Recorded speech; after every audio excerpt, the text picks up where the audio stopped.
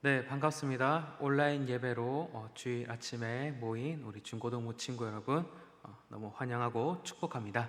우리 사도신경으로 우리의 믿음을 다 함께 고백하도록 하겠습니다. 나는 전능하신 아버지 하나님 천지의 창조주를 믿습니다. 나는 그의 유일하신 아들 우리 주 예수 그리스도를 믿습니다. 그는 성령으로 잉태되어 동정녀 마리아에게서 나시고 본디오 빌라도에게 고난을 받아 십자가에 못 박혀 죽으시고 장사된 지 사흘 만에 죽은 자 가운데서 다시 살아나셨으며 하늘에 오르시어 전능하신 아버지 하나님 우편에 앉아 계시다가 거기로부터 살아있는 자와 죽은 자를 심판하러 오십니다.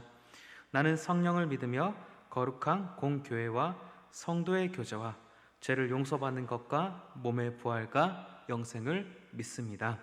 아멘. 네, 다 함께 기도하시겠습니다. 하늘에 계신 하나님 아버지 감사합니다. 코로나 바이러스가 계속 진행되고 있는 와중에도 우리에게 예배할 수 있는 길을 허락하여서 온라인으로 또는 오프라인으로 이렇게 하늘 앞에 나와 예배를 하게 하시니 감사합니다. 우리가 어떤 장소에서 어떤 형태와 모양으로 예배하든지 우리의 마음이 전심으로 하나님을 향하게 하시옵고 우리 예배의 자리에 성령님께서 직접 임하여 주시어서 예배 가운데 은혜를 부어 주시옵소서. 예배를 통하여 듣는 하나님 말씀을 우리가 잘 이해할 수 있도록 해주시고 그 이해한 말씀대로 우리가 잘 살아나갈 수 있도록 하여 주시옵소서. 하루속히 코로나 바이러스 위험으로부터 우리가 벗어나게 하시옵소서. 이번에 또 추석 명절이 다가오는데 또 먼 곳으로 또 이렇게 장거리 왔다 갔다 하는 친구들 주님께서 보여주시오며 주님 불미스러운 일 없을 수 있도록 지켜보아여 주시옵소서. 이 모든 말씀 우리 주 예수 그리스도 이름으로 기도드리옵나이다. 아멘. 네, 오늘 보실 하나님 말씀은 마태복음 16장 18절입니다. 마태복음 16장 18절을 봉독하겠습니다. 이것은 하나님의 말씀입니다. 또 내가 내게 이르노니 너는 베드로라. 내가 이 반석 위에 내 교회를 세우리니 음부의 권세가 이기지 못하리라. 아멘. 네, 오늘은 거룩한 공교회를 믿습니다. 이 부분을 설교하려고 합니다. 근데 공교회가 과연 뭘까요? 이거를 영어로 하면은 공교회를 영어로 하면은 Catholic Church 이렇게 되는데 와, 이게 무슨 말일까요? 카톨릭 교회라고 하는데 카톨릭 교회는 교황이 있고 신부가 있고 그런 교회잖아요. 성당으로 알고 있잖아요. 그게 카톨릭 아닌가? 이런 생각이 아마 들 거예요. 사실 카톨릭이란 말은 좋은 말입니다. 카톨릭이 무슨 뜻이냐? 공교회라는 의미입니다. 다르게 말하면 보편적인 교회란 뜻입니다. 교회가 처음 시작됐을 때 모든 교회는 하나였습니다.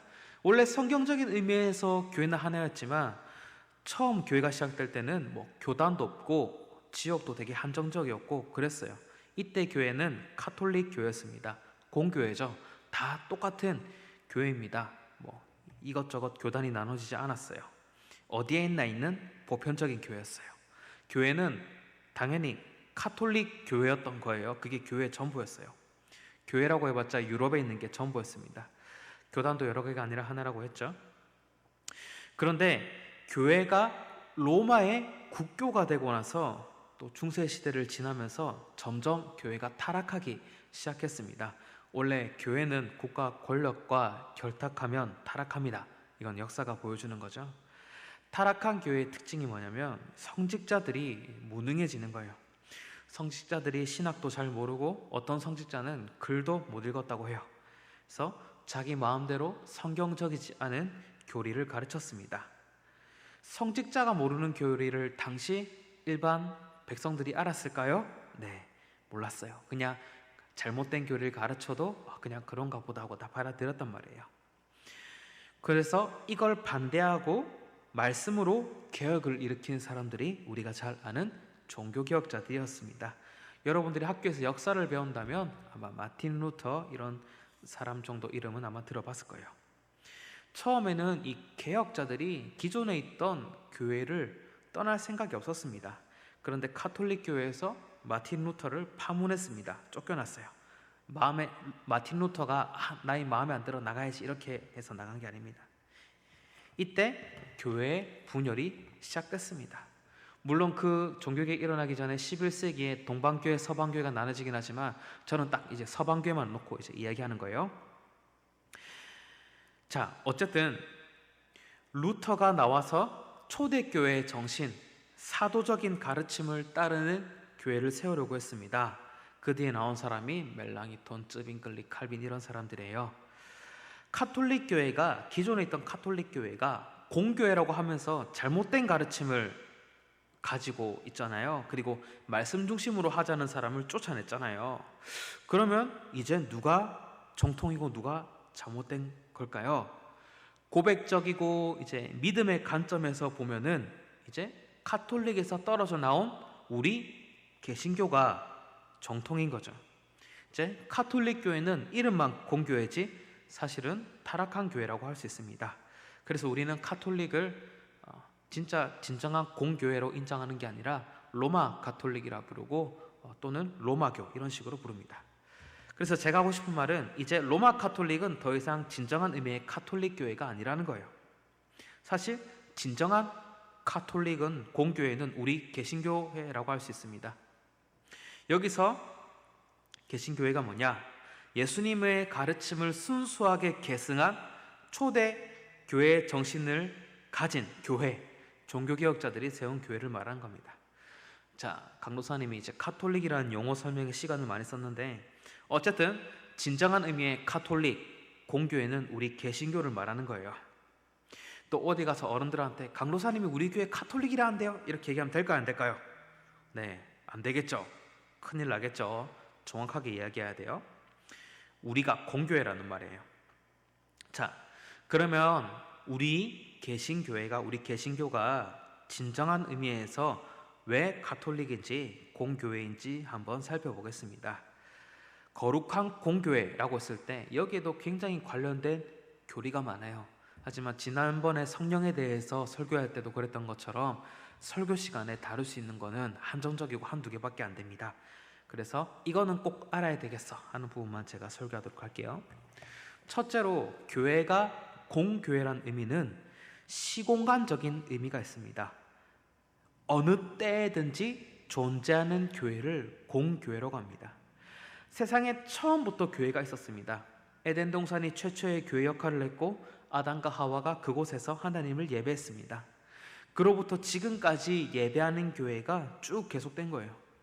아브라함의 장막이 교회가 되기도 했고 이스라엘이 애굽을 탈출했을 때 그 광야가 교회가 되기도 했고 나중에 이스라엘이라는 나라가 교회가 되기도 했습니다. 신약시대의 오순절 사건 이후로는 복음이 전해지는 곳마다 교회가 세워졌습니다. 하나님은 그분이 선택하신 백성들을 교회로 모으십니다. 말씀을 통해 성령을 통해 그분의 백성을 교회로 모으십니다. 이건 이 세상이 시작되었을 때부터 끝날 때까지 계속되는 일입니다. 이게 바로 공교입니다. 말씀과 성령으로 하나님께서 백성들을 모으시는 것, 이게 바로 공교예요. 그러니까 말씀대로 안 하려고 하는 카톨릭은 우리가 순수한 공교회라고 이해할 수가 없는 겁니다. 역사의 처음부터 마지막까지 존재하는 하나님의 공동체, 이 큰 역사적 흐름 속에 있는 게 바로 공교회입니다. 또 공교회는 이런 시간적인 의미뿐만 아니라 공간적인 의미도 있어요. 어느 지역이든 어느 민족이든 있는 교회, 보편적인 교회가 공교회입니다. 유럽 사람만 예수님 믿어요? 아니에요. 미국 사람만 예수님 믿어요? 아니에요. 우리 같은 동양인들도 예수님을 믿고 아프리카 사람들도 예수님을 믿어야 됩니다. 다 예수님이 필요하고 복음이 필요하고 교회로 모여야 하는 거예요. 민족과 장소를 초월해서 세워지는 교회, 그것을 우리가 공교회라고 합니다. 예수님께서 모든 민족을 제자 삼아서 세례를 베풀라고 하셨는데 예수님은 전 세계에 복음이 전파되고 교회가 세워지길 원하셨습니다. 그러니까 예수님은 공교회를 의도하신 것이라고 우리가 볼 수 있습니다. 공교회를 믿는다고 할 때 우리는 어떤 시간이든 어떤 지역이든 참된 교회가 존재한다는 것을 믿어야 됩니다. 지난 세기에 한국 교회가 엄청나게 성장하고 부흥했습니다. 세계적으로 유례를 찾아볼 수 없는 큰 예배당을 가진 교회들도 많이 생기고 성도님들도 구름대처럼 교회로 모이고 이랬습니다. 그래서 이런 인식이 생겼습니다. 뭔가 좋은 교회가 되려면 건물도 커야 하고 사람도 많아야 하고 프로그램도 좋아야 된다, 뭐 이런 인식이 생겼어요. 이거는 강도사님 누구 비판하고 이런 거 아니에요. 저도 옛날에 이렇게 생각했으니까. 그런데 우리가 공교회를 생각해 보면 교회가 크거나 사람이 많거나 좋은 프로그램 많이 하거나 이게 좋은 교회의 기준이 될 수 없다는 거예요. 참된 교회는 모든 역사에 존재했고 모든 민족을 대상으로 존재하는 거예요.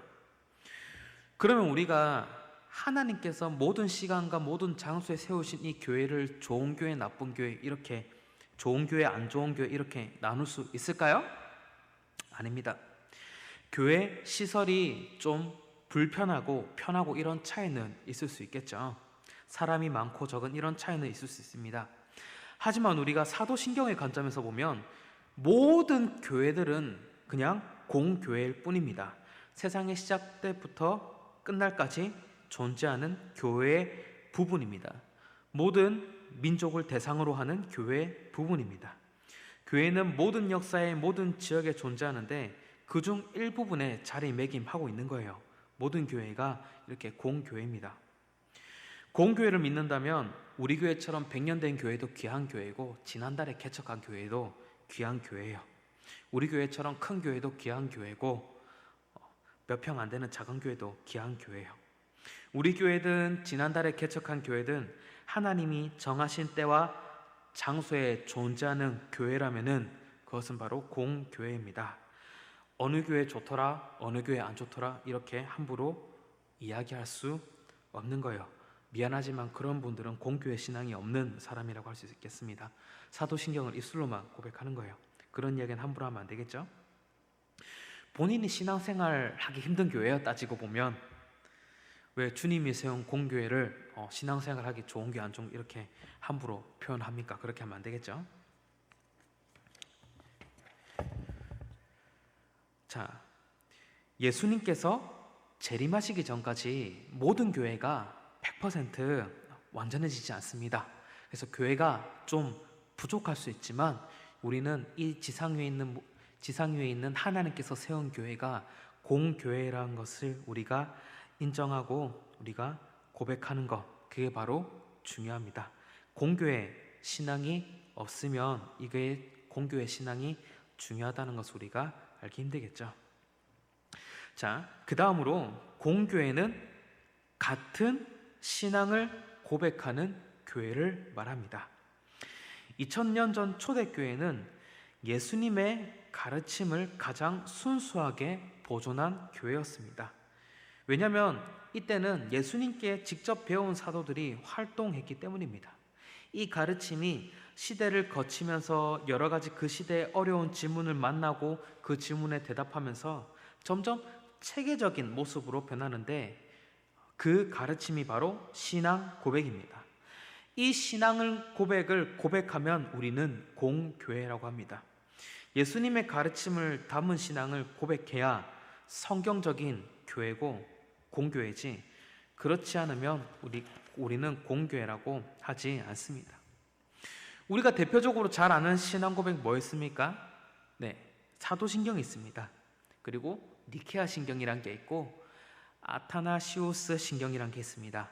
사도신경, 니케아 신경, 아타나시우스 신경, 이 세 가지 신경을 공교회 3대 신경이라고 합니다. 우리 교단 헌법책에도 있고요, 예배 때 사용해도 됩니다. 니케아 신경은 마치 사도신경을 더 자세히 풀어놓은 것처럼 되어 있는데 이제 다음에 부활절이나 특별한 절일 때는 니케아 신경을 우리 중고등부에서 고백하면 좋겠다는 생각이 듭니다. 이거 다 교단 헌법에 나와 있으니까 충분히 사용해도 됩니다. 어쨌든 공교회는 같은 신앙을 고백하는 게 공교회입니다. 아까 이야기한 사도신경, 니케아 신경, 아타나시오스 신경을 고백하고 특히 우리 같은 경우는 이제 장로교이기 때문에 웨스트민스터 신앙고백서와 대소요리 문답 이걸 표준 문서로 받아들이고 고백합니다. 하이델베르크 요리문답, 제네바 요리문답, 네덜란드 신앙고백서 뭐 이런 것들은 우리 교리 표준은 아니지만 사도적인 가르침을 잘 담고 있고 공교의 신앙을 잘 담고 있기 때문에 우리가 유용하게 사용합니다. 우리는 이런 문서들로 신앙을 인정하고 고백하면 그 교회를 공교회라고 합니다. 여러분이 이런 질문을 할 수 있어요. 강도사님, 그냥 성경에 있는 거 배우고 고백하면 안 됩니까? 뭐가 이렇게 복잡한 게 많아요?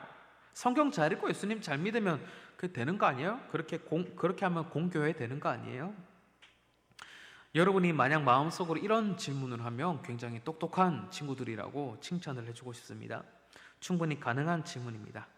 하지만 이걸 생각해 봅시다. 우리가 성경을 읽는데 그 방대한 내용의 성경을 아무런 기준도 없이 읽으면 어떻게 될까요? 그렇게 해서 우리가 성경 내용을 예수님께서 의도하신 대로 정확하게 이해할 수 있다고 보장할 수 있을까요? 거의 불가능합니다. 초대교회에서 고백했던 신앙을 잘 보존하고 그 신앙을 잘 정리한 문서들을 기준으로 읽어야 합니다. 그래야 참된 성경의 의미가 뭔지 알 수 있습니다.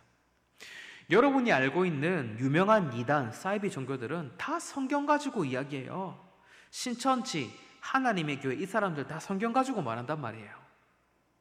제가 노방 전도하다가 신천지를 만난 적이 있는데 그 신천지 믿는 그 분들은 성경 구절을 굉장히 많이 외우고 다닙니다. 그 사람들은 성경만 가지고 이야기해서 얻은 결론이 이만희가 성령님이다, 이런 엉뚱한 결론을 내린다는 거예요. 여러분들처럼 지난주에 사도신경을 통해 성령님에 대해 배웠으면은 이만희가 성령님이다, 이런 말도 안 되는 주장을 따르지 않을 거란 말이에요. 이만희가 성령님이다? 굉장히 수준 낮고 저급한 가르침입니다. 하나님의 교회는 삼위일체 교회에 대해 제대로 이해하지 못하니까 성경을 읽을 때 남자 하나님 안상홍, 여자 하나님 장길자, 이런 식으로 성경을 읽는단 말이에요. 마찬가지로 지난주에 우리가 삼위일체 교리 배운 것처럼 삼위일체 교리를 알면 하나님의 교회에서 얘기하는 게 코미디입니다. 그런데 이 하나님의 교회도 마찬가지로 성경만 가지고 얘기해서 그런 엉뚱한 결론을 내린다는 거예요. 더 무서운 건 요즘 그 사람들이 이 구약 성경을 히브리어 원문으로 가져와가지고 설득을 하고 전도를 한다는 거예요. 제가 신대원 다닐 때, 제가 대학원 다닐 때 지하철을 타고 길을 가고 있는데 하나님의 교회 사람들이 전도하러 나왔어요. 와, 이 아이패드를 딱 가져와가지고 뭘 보여주더라고요. 저는 종이 쪼가리 들고 전도하는데, 근데 그 사람이, 아이패드 들고 전도하는 사람이 하나님은 여러 명이고 안상홍이 남자 하나님, 장길자가 여자 하나님, 뭐 이런 말을 하고 싶었나 봐요. 그래서 히브리어 성경책을 아이패드로 딱 펴놓고 히브리어로, 자 봐라, 하나님이란 뜻이 엘로힘인데 엘로힘은 복수형이다, 뭐 이런 식으로 얘기를 하더라고요. 그래서 하나님은 여러 명이다, 이런 말을 하고 싶었나 봐요. 뭐 이런 이야기를 하길래 제가 엘로힘은 히브리어에서 강세 복수라 가지고 단수로 취급하고 엘로힘을 받는 동사가 단수이기 때문에 하나님이 여러 명이 아니다, 이렇게 얘기했습니다. 지금 못 알아듣길래 제가 히브리어 공부 좀 더 하고 오라고 했습니다. 그분이 굉장히 당황하는 것처럼 보였습니다. 그게 되게 기본적인 문법이거든요. 제가 웬만하면 이단한테 막 잘못된 거를 써붙이고 이렇게 하고 그냥 무시하고 지나가는데 제가 그날따라 뭔가 기분이 안 좋았는지 일단 그날은 그렇게 대답했습니다. 자, 근데 생각해 봅시다. 제가 히브리어도 뭐 모르고 뭐 삼일체고 뭐고 제가 모른다고 생각해 봅시다. 그냥 성경만 열심히 읽는 사람이라고 생각해 봅시다. 그런데 저는 성경만 이렇게 열심히 읽는 사람인데 누군가 아이패드를 들고 와서 히브리어로 이게 복수고 장길자, 안상홍이 하나님이다, 뭐 이렇게 얘기하면은 그 굉장히 설득력 있는 것처럼 볼 수도 있단 말이에요. 하나님이 여러 명이라는 게. 그래서 성경만 가지고 신앙생활을 바르게 할 수 있다는 말은 굉장히 위험한 말입니다. 신앙의 선배들이 보존하고 전수하고 정리한 신앙 고백이 다 있다는 말이에요. 이거 일일이 안 외워도 됩니다. 한 번에 다 이해하지 않아도 돼요. 조금씩 꾸준히 읽고 필요할 때 찾아보면 됩니다. 이게 부담스러운 게 아니에요. 여러분들이 진짜 좋은 교회를 찾고 싶으면 프로그램을 잘 만드는 교회가 아니라 공교회 신앙을 잘 가르치는 교회를 찾으면 됩니다. 우리 중고등부가 그런 교회죠. 왜냐하면 제가 매주 사도신경을 가르치고 있기 때문에. 어쨌든 공교회는 같은 신앙을 고백하고 인정하는 교회가 공교회입니다. 그런데 이런 교회가 있을 수 있어요. 교회긴 교회인데 이단은 아니고 우리랑 같은 신앙을 고백하지 않는 교회가 있습니다. 감리교라든지 침례교라든지 기독교 하나님의 성회라든지. 그럼 그 교회는 뭐예요? 감리교는 우리랑 구원에 대한 교리가 다릅니다. 굳이 여러분들이 알 필요는 없어요. 골치 아프기 때문에. 그리고 침례교는 런던 신앙 고백서라는 것을 고백합니다. 저는 그 내용은 몰라요. 저는 침례교에서 신앙을 배우지 않았기 때문에. 그럼 우리랑 가르침도 다르고 신앙 고백도 다르면 침례교, 감리교 이단인가요? 네, 아니에요. 이 교회들은 그래도 3대 공교회 신경에 있는 내용들을 인정하는 교회입니다. 사도신경, 아타나시우스 신경, 니케아 신경 이거 있잖아요. 이 교회들은 삼일체 교리를 인정하고 예수님께서 하나님의 아들이시고 성육신하셨다는 것을 인정하는 교회예요. 물론 디테일한 부분에서는 조금 다르지만 이제 큰 부분에서는 똑같은 믿음을 고백한단 말이에요. 그래서 우리가 이 교회들을 이단이라고 하지 않고 다만 공교회성이 좀 부족한 교회라고 합니다. 고신하고 똑같은 장로교인데도 합동교단은 우리랑 종말론이 좀 다릅니다. 그래도 우리가 이단이라고 하지 않아요. 기본적으로 장로교고 교리가 우리랑 굉장히 비슷해요. 이제 통합이나 합동이나 합신 이런 교단들은 비교적 순수한 공교회라고 할 수 있고 우리와 형제 교단이라고 합니다. 자, 말씀을 마무리하도록 하겠습니다. 아까 공교회의 의미는 시공간적인 의미가 있다고 했습니다. 교회가 생존하고 이 땅에서 끝까지 남아 사명을 감당할 수 있는 방법은 공교회성을 유지하는 거예요. 예수님께서 교회에 남기신 귀한 가르침, 그걸 신앙 고백서와 교리를 통해 끝까지 보존하고 예배하고 고백하고 살아내야 합니다. 우리가 공교회적인 신앙으로 무장할 때 코로나 바이러스니 뭐니 해도 교회는 공교회인 이상 세상 끝날 때까지 남게 됩니다. 그리고 우리가 공교회의 신앙 고백을 고백할 때 교회는 이 세상 끝까지 남아서 교회의 사명을 감당하게 될 것입니다. 그래서 이 교회가 어두운 세상에 빛이 되는 거예요. 그래서 우리 중고등부 친구들은 우리 수영교회에서 공교회적인 신앙을 잘 이해하고 배워서 이 세상에 교회의 성도로서 빛을 발하는 그런 수영교회 친구들이 되길 바랍니다. 기도하겠습니다. 하늘에 계신 하나님 아버지 감사합니다. 오늘 공교회를 믿습니다 라는 부분에 대해서 배웠습니다. 공교회는 시간적으로는 세상이 끝날 때부터 세상이 시작할 때부터 끝날 때까지 하나님께서 세우시고 유지하시는 교회, 또 공간적으로는 모든 민족의 예수님의 사명을 받들어 교회를 세우고 복음을 전하는 교회가 공교회라는 것을 알게 되었습니다. 그리고 이 공교회는 또 초대교회로부터 이어져 내려온 교리와 또 신앙 고백을 고백하는 교회라는 것을 알게 되었습니다. 우리가 이런 공교회를 잘 이해하고 공교회 신앙 고백을 우리가 잘 배우고 전수하고 실천하고 보존하여서 교회가 이 땅에서 끝까지 사명을 잘 감당할 수 있도록 하는 건강한 성도가 되게 하여 주시옵소서. 이 모든 말씀 우리 주 예수 그리스도 이름으로 기도드리옵나이다. 아멘. 네, 우리 주기도문으로 예배를 마치도록 하겠습니다. 시작. 하늘에 계신 우리 아버지여, 이름이 거룩히 여김을 받으시오며 나라가 임하시오며 뜻이 하늘에서 이루어진 것 같이 땅에서도 이루어지이다. 오늘 우리에게 일용할 양식을 주시옵고 우리가 우리에게 죄 지은 자를 사하여 준 것 같이 우리 죄를 사하여 주시옵고 우리를 시험에 들게 하지 마시옵고 다만 악에서 구하시옵소서. 나라와 권세와 영광이 아버지께 영원히 있사옵나이다. 아멘. 네, 친구들 예배드린다고 수고 많았습니다. 여러 가지 중고등부에 대한 광고는 항상 카톡방에 공지할 테니까 유의있게 살펴보시기 바랍니다. 또 이번 주에 추석 명절 연휴가 있는데 건강하게 연휴 잘 보내시고 오시기 바랍니다. 감사합니다. 좋은 주일 보내시기 바랍니다.